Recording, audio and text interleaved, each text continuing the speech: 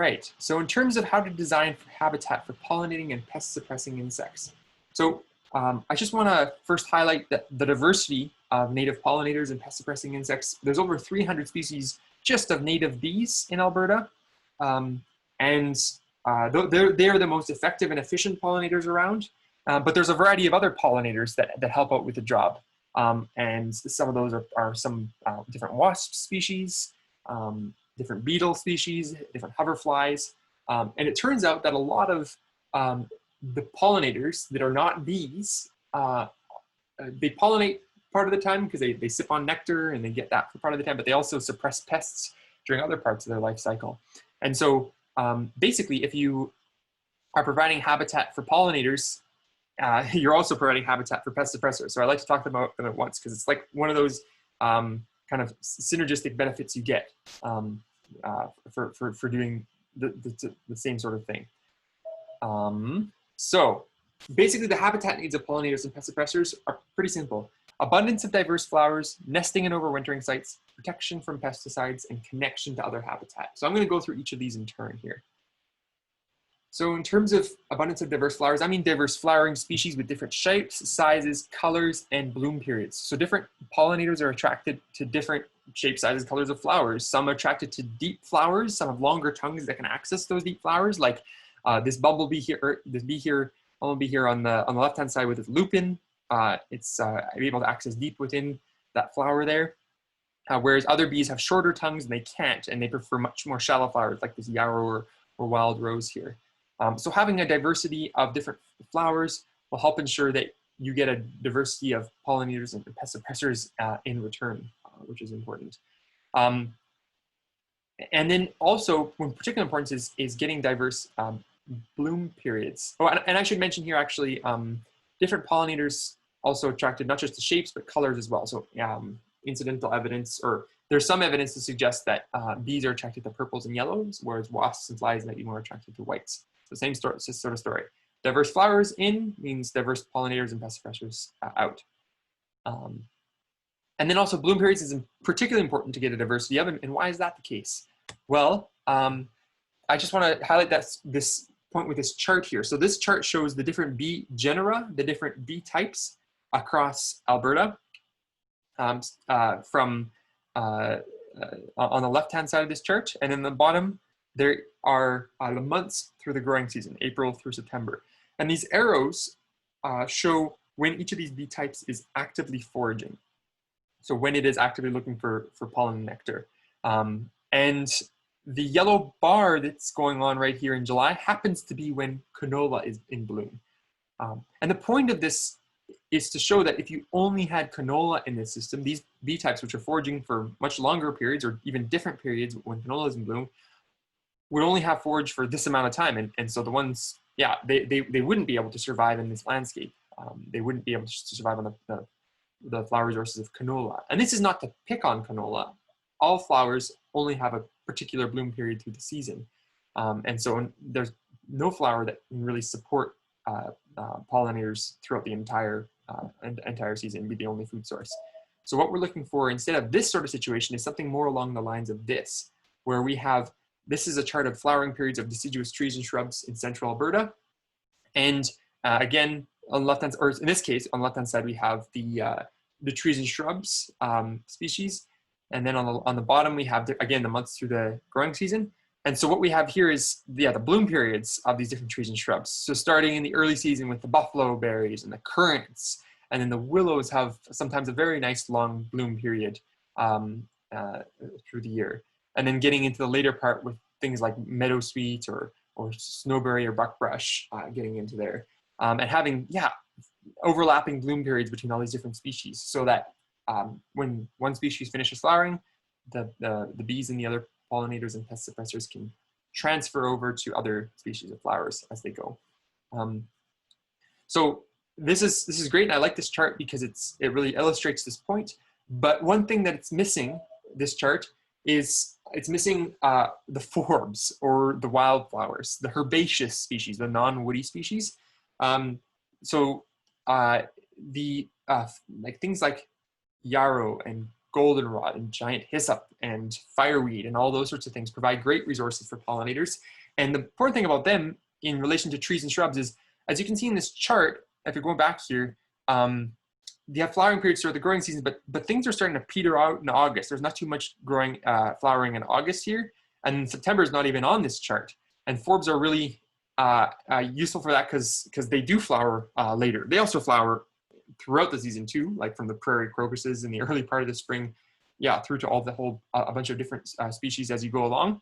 But in the later part of the summer, getting into August, September, then you have things like goldenrod coming into bloom and asters and things like that, where there's not much else in bloom, and those provide excellent resources. And so you'll often see like a goldenrod plant covered in bumblebees or something like that.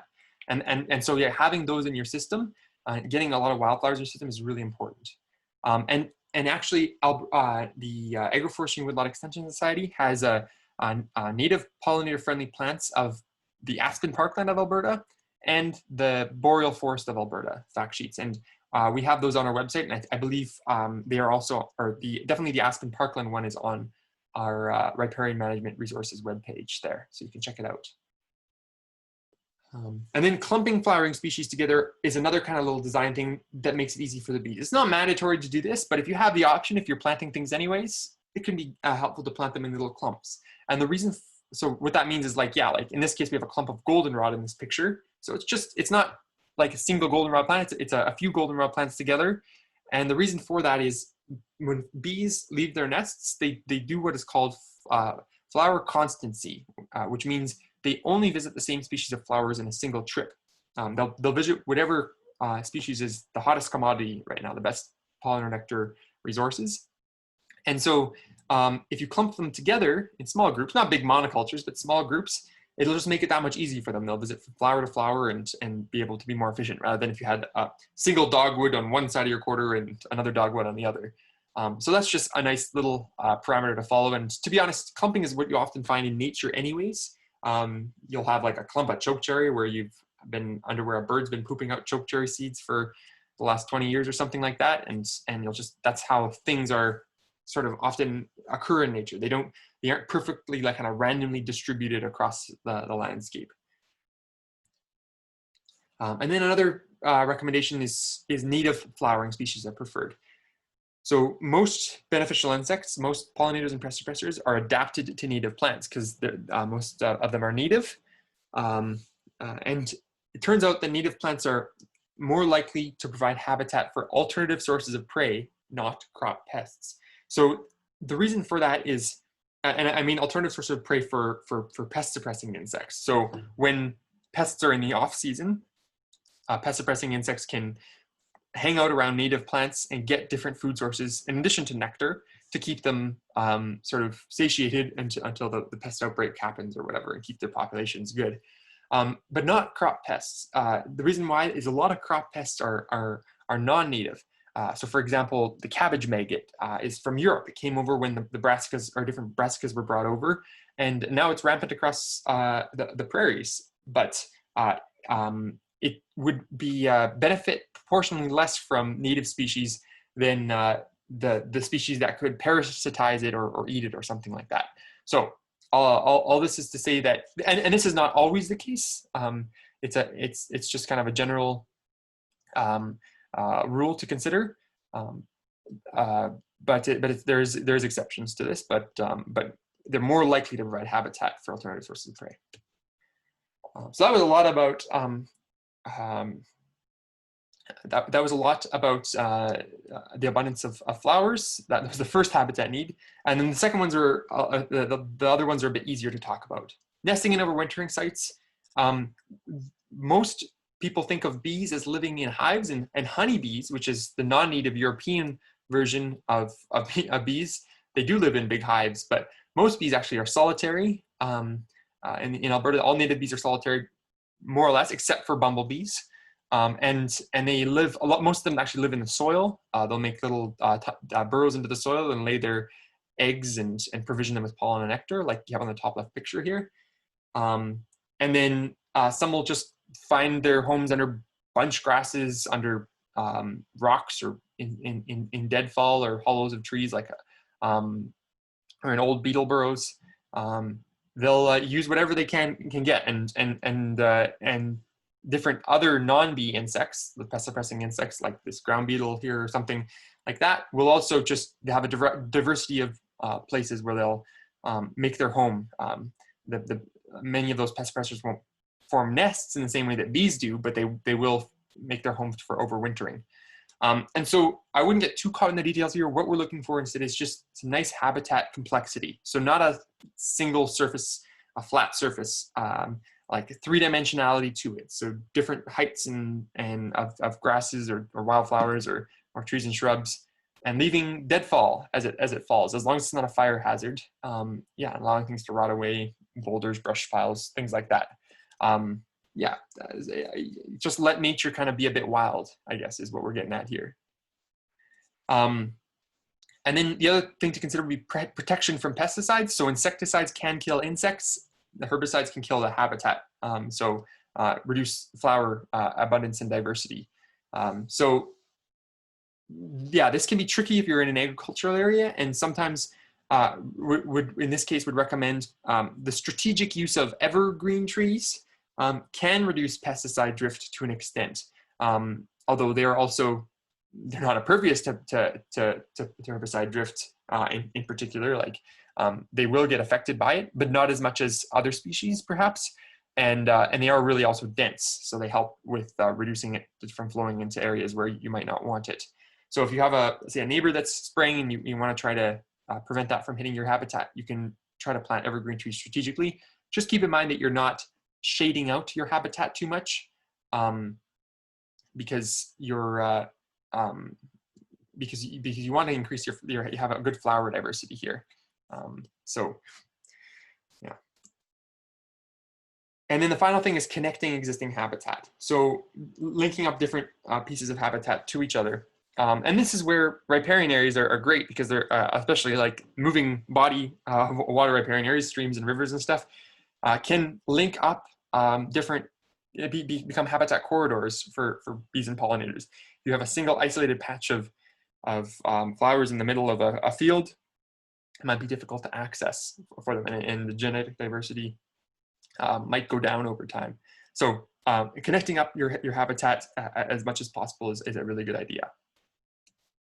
And then finally, if you are interested in the ecosystem service aspect in terms of like improving crop yields, site near to where you want that crop to be pollinated, or the pest suppress of it. We don't know all of the details on how far pest suppressors will travel. I think it really depends on the pest suppressor, but for pollinators in Alberta, and actually I think this is across, at least across the prairies, the bigger the pollinator, the farther it'll be able to fly. So bees might fly a couple kilometers, bumblebees might fly a couple kilometers away from their nesting sites to get forage. Whereas very small bees might fly only 50 meters from where they nest. And so what we recommend is having good habitat. The median range that they all fly is about 150 meters. They'll fly into the fields from where they're nesting. And of course, bees will fly, bumblebees will fly a couple kilometers, but they don't like to do that. And so they're lazy. So you'll get better abundance and stuff like that if you have a habitat that's closer to where you want your things pollinated. So yeah, recommending having, in this case, agroforestry buffers every, the figure is a bit misleading. It would be actually every 300 meters, so that the insects from each of those buffers only have to travel 150 meters from them. So yeah, and that can be if you're trying to grow pollinator dependent crops like beans, sunflower, canola, alfalfa, a lot of vegetables and fruits. Yeah, so that's that there. I should also mention honeybees. Again, the non-native variety are an exception to this. They fly quite far, even though they're not as big as bumblebees.